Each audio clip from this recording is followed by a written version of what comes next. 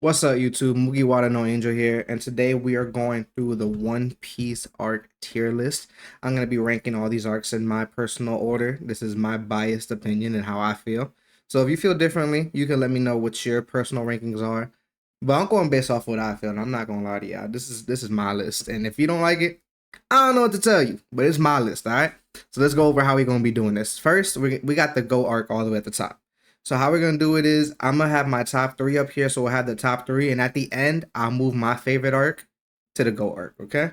Then we got Go arc top three S A B C and D. No Diddy, but we're gonna be going ahead and ranking through these how I feel personally.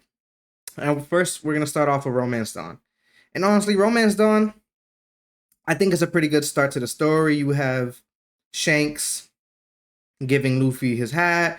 You have the whole Sea Beast taking Shanks' arm, the Mountain Bandit fights. You have Luffy setting out to become a pirate. It's a pretty good arc. It's a pretty good arc to start off, but nothing too crazy. I think it gets a solid B tier. Now we got Syrup Village. Honestly, Syrup Village, we pick up Usopp. We have what's his name? I just what's his name again? Cloudhedor. There we go. Or Kuro, Captain Kuro, Cloudor. You have him as the main antagonist. Honestly, I think he was a very lackluster antagonist. I did not like him at all. You had the little hypnotist dude. He had some funny moments in there, but I think Captain Kuro, the man with 1,000 plans, he was just an idiot. Why you let Usopp live after he saw your plan? Yeah, boy who cried wolf, whatever. But still, you kill any loose ends. Why you let the goat dude live? Like the Mary dude. Why you let him live? Like he saw you. Like you gotta kill him. I think his overall plan was just retarded. No, I shouldn't be. His overall plan was stupid, and he shouldn't. I don't think he should have been. They could have done better with him. But Syrup Village, it gets a C tier for me. I'm not gonna lie. Orange Town. Some of y'all might be mad, but another C tier for me. Buggy's introduced. He's the main antagonist, but you never really feel threatened with Buggy. It does have some funny moments. That dog, he's the GOAT. I love that dog. He was hilarious. But overall, I didn't really care for Orange Town too much. You had Buggy blowing up the thing. You had Nami and wait, was it Orange Town? Was Orange Town before Syrup Village? Or was Syrup Village before Orange Town? I feel like Orange Town was before Syrup Village, yeah. So I don't know why I had it in that order. Whoops. But Orange Town, yeah, they didn't have Usopp yet. Nami and Luffy start work together, and she sells them out and they work together. You know how it goes. But Orange Town overall, I didn't care for. Baratier is a good one. I think I'm gonna go with B for Baratier though. You have Gin and what's the captain's name? Why can't I remember? Why am I blanking right now? He was just in the manga panel recently too. Ging and Don Krieg. Why did I blank on that for so long? You have Ging and Don Krieg and their whole fight, and then you have Mihawk pulling up to fight Zoro. It was a pretty cool moment. But overall, I think the Baratier gets a B. But Arlong Park, right here. All right, let me break it down. So I started watching One Piece my freshman year of high school, so 2014. Yeah, I know I'm old. I'm Unk now, I guess. But back in 2014, and it took me a little bit to get to Arlong Park. I was taking a little bit of breaks between here and there because I was trying to get into One Piece. But it was one of those things I was like, dang, it's pretty long. The first couple of arcs, like Orange Town and Syrup Village and stuff like that, didn't really interest me too much. I was like, okay, like kind of just slugging through.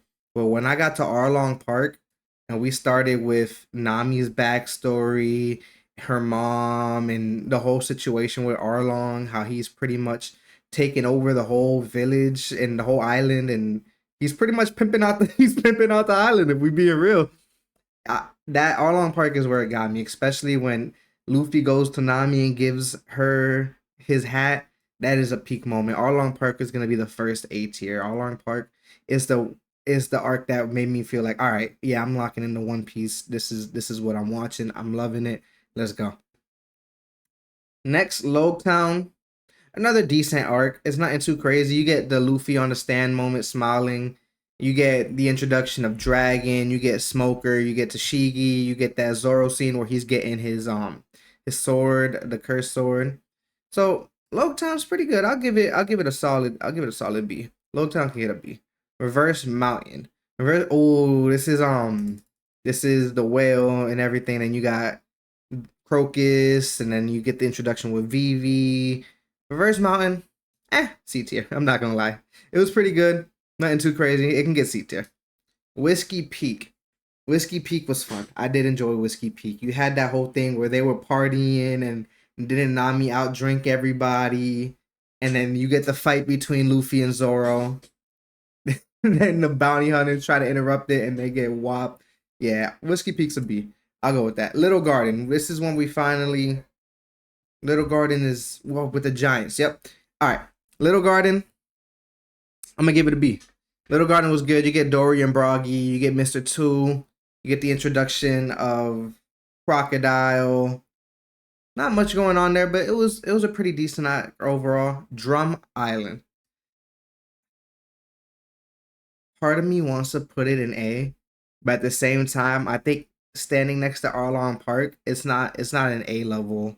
It's not an A level arc, if you ask me. It is very good with Chopper's backstory and we get the Blackbeard name drop. Chopper's backstory for me carries the arc because the rest of it with Wapol and everything, I don't really care for. So I think just because of that, I will drop it down to B. Chopper's backstory really does carry the arc with where he gets the mushroom for forgot bro's name for his dad pretty much. He gets the mushroom for his dad. His dad dies, but he does the whole cherry blossom. It was just a beautiful backstory. I love this backstory a lot. Alabasta. I think Alabasta we get our first S tier. Alabasta we get our first S tier. This right here, this arc was amazing. You got Crocodile, pretty much Crocodile. Y'all know how Alabasta goes. The whole war they have going on, the whole setup, the payoff for Alabasta, the payoff for Alabasta, which is honestly, it laid the blueprint. Alabasta laid the blueprint for a lot of later arcs with how Crocodile's trying to take over a king and Luffy saving the princess. You know, it set up the blueprint for a lot. But it's a great arc. You got Robin. You got the multiple fights with Crocodile and Luffy going at it. Luffy losing multiple times. You got all the funny moments where he tries to eat Crocodile. It's a great arc in my opinion, and how they built it up between Drum Island and Little Garden and just the progressiveness towards Alabasta. It was done beautifully, and I can't say anything more about it.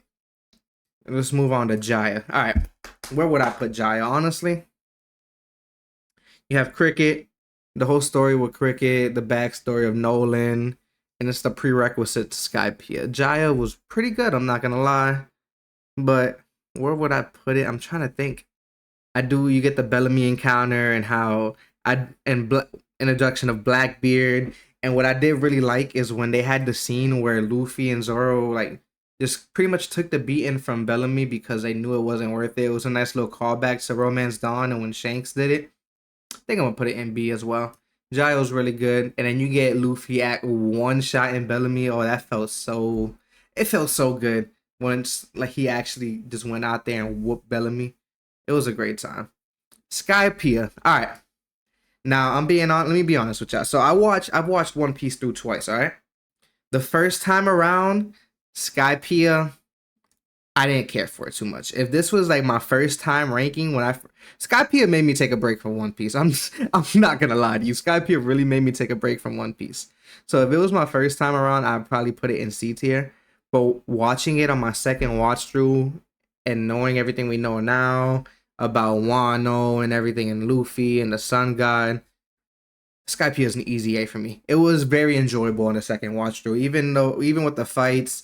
Yeah, it can have its pacing issues and everything, but I actually really enjoyed Skypiea on my second way around. And now the Slim Shady go. I love Enel. Even on my first watch through, Enel saved Skypiea for me because every time he came on the screen, he was just funny. It was a great time. The dynamic with him and Luffy and how lightning didn't work on him. Enel was great. The whole payoff at the end too, where he hits the golden bell and Cricket. Skypiea was a very good arc, especially on my second watch through. I didn't care for it too much on my first watch through, but it grew on me. Skypiea, I love Skypiea. I'm not gonna lie. See how happy I was with Skypiea? Long ring, long land. You know, I'm not gonna lie to you. We're gonna mm-hmm. Mm-hmm. We're gonna do this. Mm-hmm. Absolute.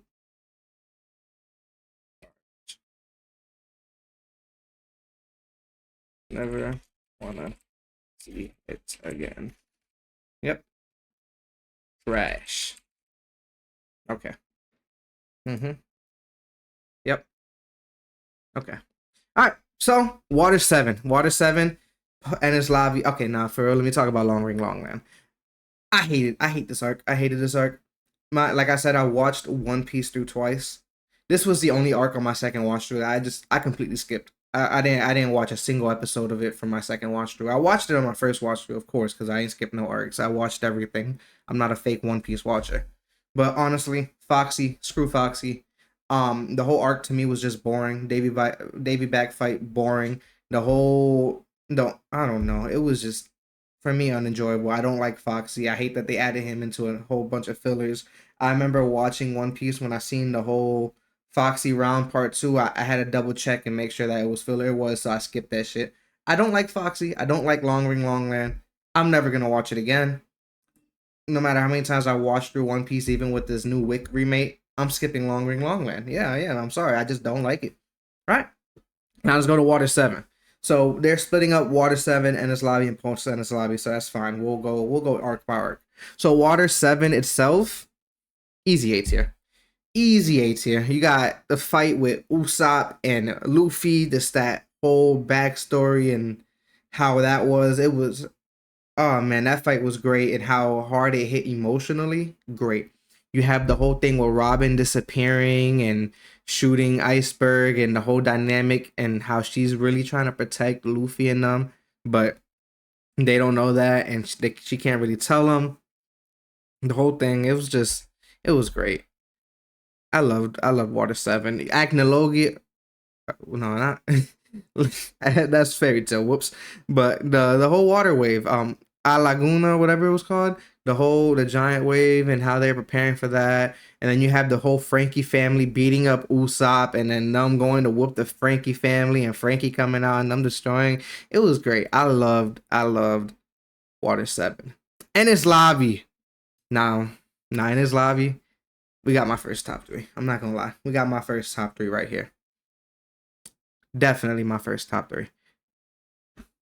And it's, oh man, and his lobby is great. The whole Rob Lucci and Luffy fight. You have Gear second being revealed, Gear third. You have Monster Point Chopper. You have the whole Robin's backstory. The whole thing with the Buster call at O'Hara, Clover, and his lobby is one of my favorite arcs in the series. I can't even lie to you. You have the Mary coming back to save him after everything. You have, what else do we have? We have, screw Spandam, bro. I hate Spandam. I'm glad Spandam biting the curb in 4K. Okay, I don't like Spandam, but Ends Lobby is a beautiful arc through and through. You have Zoro and Usopp being Soga King being chained together. Ends Lobby, are we including the Sea Train ride as part of Enies Lobby, or are we including that as Water 7? Either way, it was great. You got Sanji doing his work. The only thing I didn't really like was that whole chef fight that they had. That dude was weird. I didn't really care for that. Frankie fighting the CP9 like trainee. That was a good fight. Hmm. And then yeah, just the whole dynamic, the whole emotional payoff, and Luffy's just laying there after he beat Lucci and he couldn't move, and they had to get, like, they just dropped him over, and then Mary came and picked him up. That whole scene, amazing and beautiful. Post Enies Lobby. All right, post Enies Lobby, what do we have? We have the Garp being Luffy's dad reveal, which was a great, which Post Enies Lobby is pretty good. I'll give Post Enies Lobby as A, mainly because the Mary's funeral. Mary's funeral definitely carries. You have the creation of the Sunny. So Post Enies Lobby, easy A for me. Thriller Bark. All right, I'm not gonna lie. This right here was another arc that made me take, on my first watch through, that made me take a break from One Piece, like kind of like Skypiea.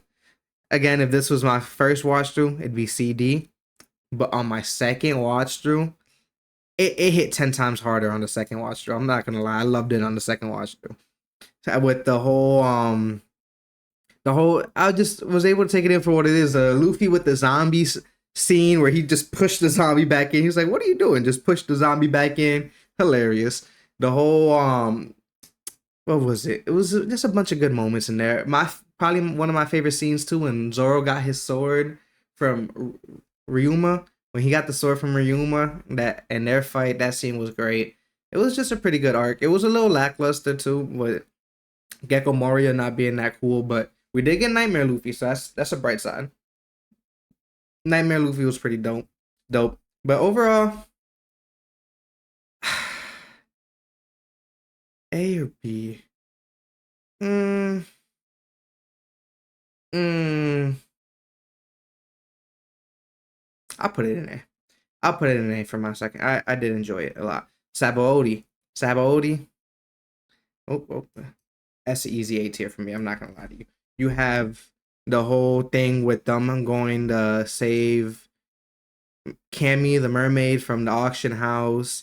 So you also have the whole gag with Sanji's poster and Duval, like it being Duval and that whole situation. That was pretty cool. I like that a lot. You had Luffy punching the shit out of a celestial dragon, punching him back to the manga. Amazing. You had just a couple of, you had Hachi in there. It was a pretty decent. Oh my god, how can I forget? You had the crew getting demolished by the Seraphim, not Seraphim. You got them getting demolished by the Mark III Pacifista, Kizaru and Sensomaru just absolutely obliterating the crew. And then the goat himself, Kuma, coming in to poop everybody away into safety. So yeah, Sabaody has an easy A tier. Amazon Lily. Put it in B tier. It was a pretty good arc. You get the whole Boa situation. You get when Luffy's fighting the snakes. He uses Conqueror's. Boa's sisters using Conqueror's haki, protecting their back. You had the comedic part where they're getting the mushrooms off Luffy, and they grab Luffy's thing, and they're like, "Why isn't this one coming up? Why is it?" They had a bunch of great moments in there. And then his prize jewels where he was in the cage. Like, you guys want to see my jewel? It was all Lily was pretty funny. I'll give it B tier. Impel Down. Easy S tier. Easy S tier. What? Easy S tier. You have him sneaking in with finding Mr. 3 and Buggy, and they're like, "You're trying to go deeper?" "No, we're trying to escape." And then them trying to escape, but Luffy just somehow dragging them deeper and deeper with them. Like Buggy the whole time is really trying to escape, but his shoes got thrown down to the pit of hell, so he got dropped down there. Buggy was just going through it. Mr. 3 was going through it. They were just trying to escape. You have the Awaken, our first time seeing Awakened Zoans. Obviously, it was a bad awakening because they weren't able to really control themselves. You have the Magellan fight. You have Bon motherfucking Clay. So, oh my god. Bon Clay the GOAT. I forgot to mention him in Alabasta. I don't know why, because remember, he saved us back there too. But Bon Clay the GOAT. Love him. He's saving Luffy. He willing to do whatever. He's saving Luffy, boxing. Oh man, Bon Clay the GOAT. That's all I'm gonna say. What else was there? Yeah, Luffy getting poisoned by Magellan. You have Blackbeard pulling up and fighting Magellan, getting waxed. You have Shiryu getting released. Impel Down, it was an amazing arc. I don't care what anybody has to say. Marineford. Top 3. Top 3. I won't say which part of top 3, but easily top 3. You have my boy Ace going out. You have when they fell in from the sky. That was such a funny thing when the whole, like, everybody from the prison just fell in from the sky, and Sengoku's like, "Garp your damn family again."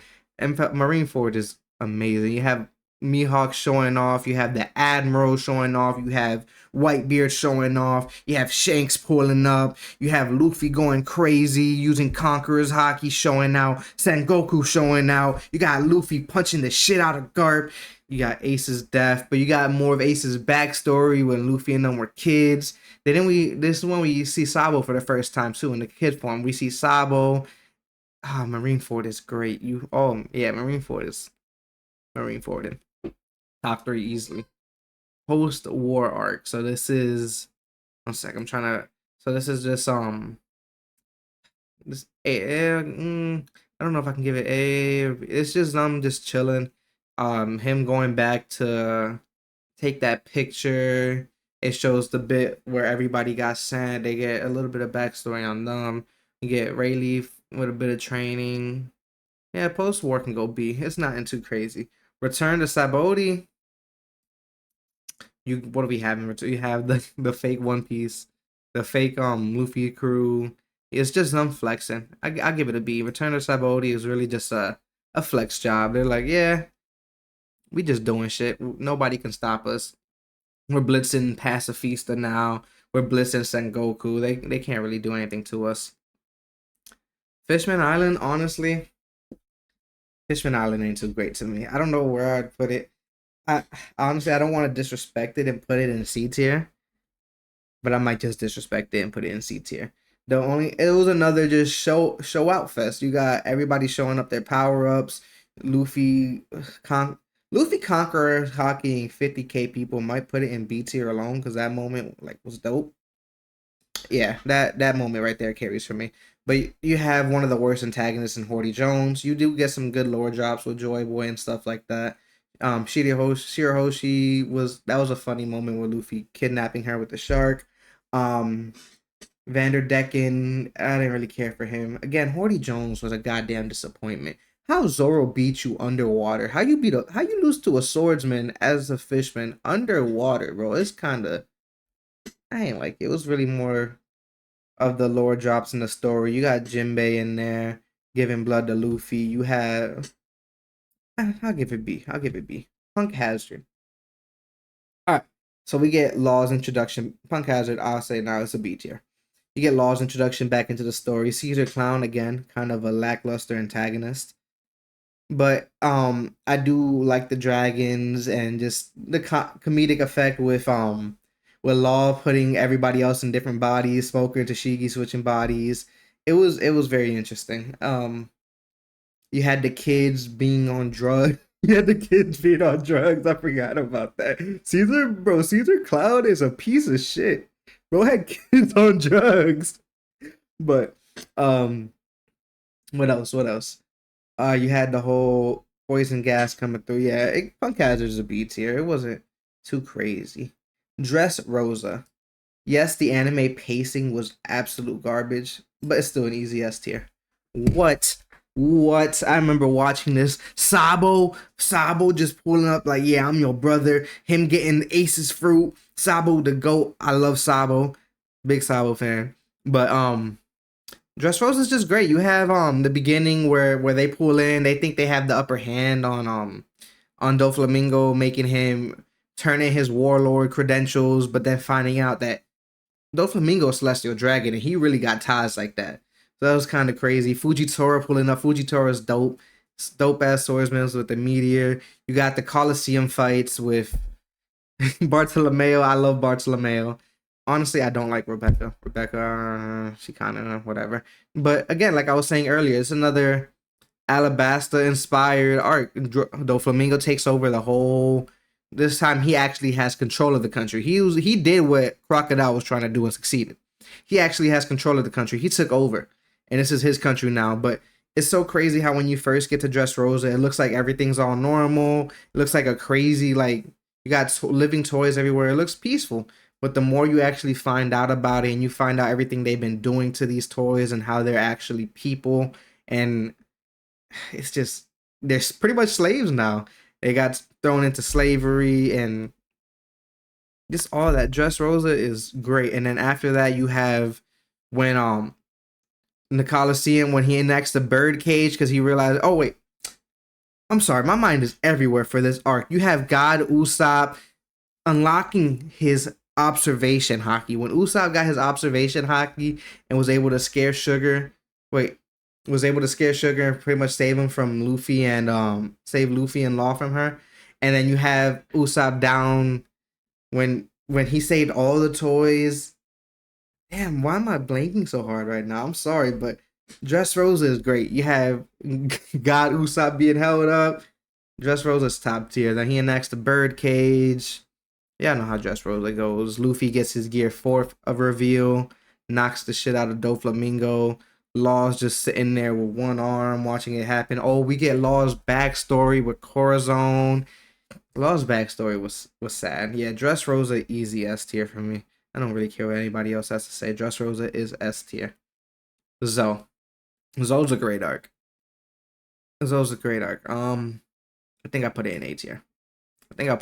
You got the whole Rizzo reveal. You got Nekomamushi and Inarashi fighting Jack for days on end until he decides to cheat like a little bitch. But you know, that's besides the point. Jack stay taking L, so it works out at the end. You got us finding out that Sanji is leaving the crew to go to Big Mom and everything. We got a lot of lore drops. We get the road poneglyph. I think that's our first one actually of the, yeah, it is the first one. So you get the first road poneglyph in here. We got a bunch of lore. The whole, like I said earlier, the Rizzo is safe. It was always great. Next, we got Whole Cake Island. My bad, I'm just looking over. We got Whole Cake Island. For me, easy S tier. Sanji's full backstory. You had the tea party. You had the Katakuri fight with. Let's start from the beginning. So I'm gonna take it slow. The Cracker fight with Luffy and Cracker and how he was just eating them, turning them the biscuits wet with Nami and eating them. That was a good fight. You have Cracker when Cracker got launched all the way to the Big Mom's palace, and then she realized like, oh, it's gonna be real. Like Luffy ain't no pushover. Then you got Sanji absolutely destroying Luffy and hitting him hard as hell, trying to like, hey, leave, trying to protect them.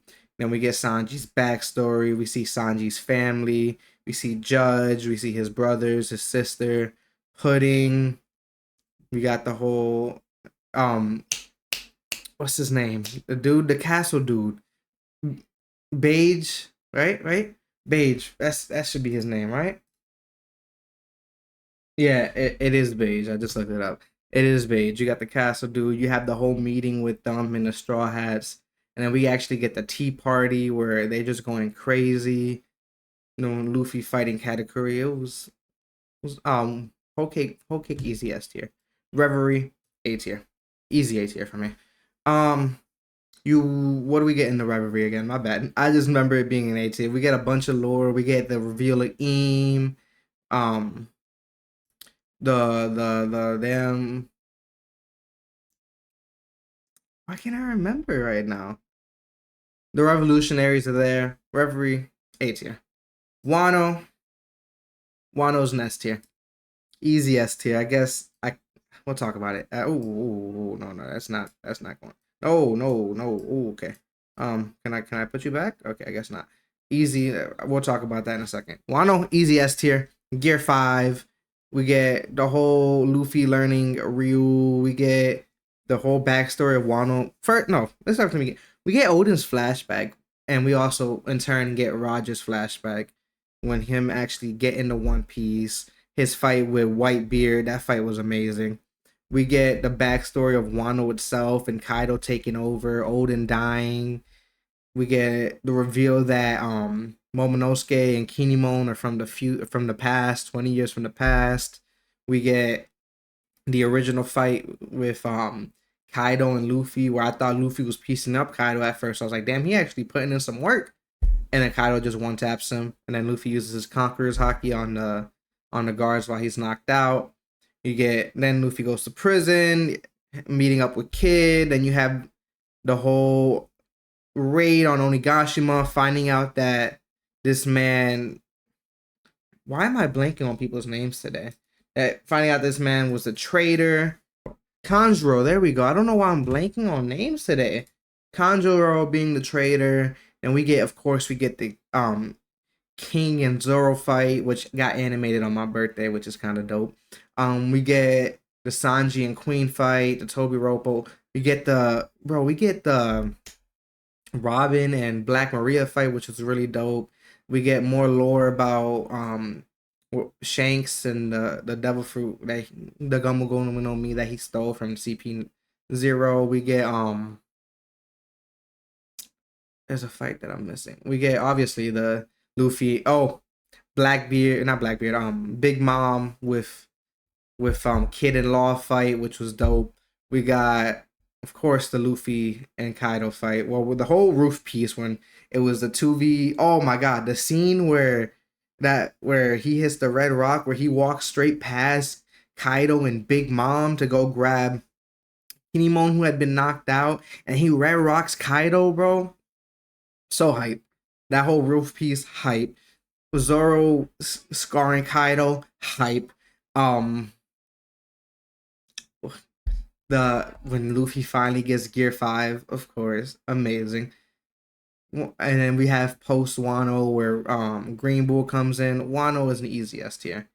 Egghead Island right now, man, I'm not gonna lie. Egghead Island is forming up to be one of the best arcs.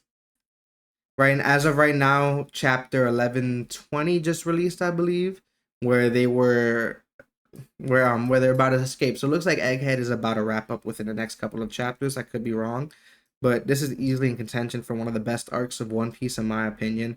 You get the whole Kuma flashback, peak flashback. Kuma instantly became one of my favorite characters after that flashback. You have a callback to Enies Lobby with which is also one of my favorite arcs, with Luffy and Lucci fighting again in their awakened forms now. Amazing. Kaku being an awakened giraffe, pretty funny. You get the whole Stussy being a vampire reveal. Vegapunk, like we actually meet Vegapunk for the first time. Somebody who's been teased and everything for years now. I remember he got first name drop. Was it in it was post Enies Lobby when Kobe was talking about how they get through to the combo. I'm pretty sure it was, or something like that. That's when Vegapunk was first name dropped. We get Bonnie potentially joining the crew. I think she's joining the crew. I'm sorry. I don't know if anybody thinks differently. I think she's joining the crew. We get the 5 fucking elders pulling up to Egghead. We get Luffy scrapping with Kizaru and just manhandling pretty much, like no problem. And we get Luffy scrapping against the elders. All 5 elders are on Egghead in some monster forms, and it's crazy. We get all this lore drop from Vegapunk and his message. Vegapunk is dead. We get, bro, oh my god, this arc is so good. We get the giants pulling up and helping Luffy. We get the chin,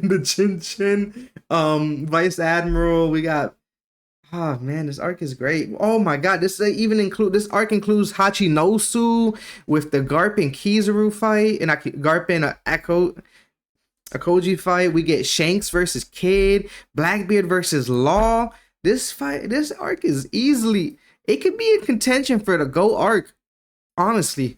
Well, obviously it is in contention for the Go arc if it's in my top 3. But Egghead is easily shaping up to be one of the best arcs in all of One Piece, in my opinion. But now that just leaves which one is my Go arc. And honestly, my Go arc is Enies Lobby. Enies Lobby is my GOAT arc. Egghead, honestly, once it's all said and done, I think it will take the GOAT spot. But I'm just waiting because, right, I don't want to be like recency bias and shit like that. So the spot goes to Enies Lobby. Once Egghead is finished and I give it a couple months and I read through all Egghead in one go, it might easily be this. But for right now, this is my tier list right here. Enies Lobby is my GOAT arc. 2 and 3 are Marineford and Egghead Island. S tier, you got Alabasta, Impel Down, Dressrosa, Whole Cake, and Wano. A tier, I got Arlong Park, Skypiea, Water 7, Post Enies Lobby, Thriller Bark, Sabaody, Zoe, The Reverie. B, Romance Dawn, Baratier, most of pretty much all of the East Blue arcs, plus like Whiskey Peak, Little Garden. And then C, we got Orange Town, Syrup Village, Reverse Mountain, and we got this trash ass. I don't want to talk about that, you know. But if you guys enjoyed the video, please leave a like, subscribe, and let me know if you disagree or agree with any of my takes in here. If you have a different tier list, go ahead and leave it in the comments for me. Let me know how you feel about these arcs or where I put them. Let me know if you agree with my GOAT arc pick. Let me know if this is your GOAT arc pick, or hell, let me know if shit, this is your GOAT pick. But for me, this is how it's gonna end up being. If you guys enjoyed, this is Movie Water No Angel, signing out.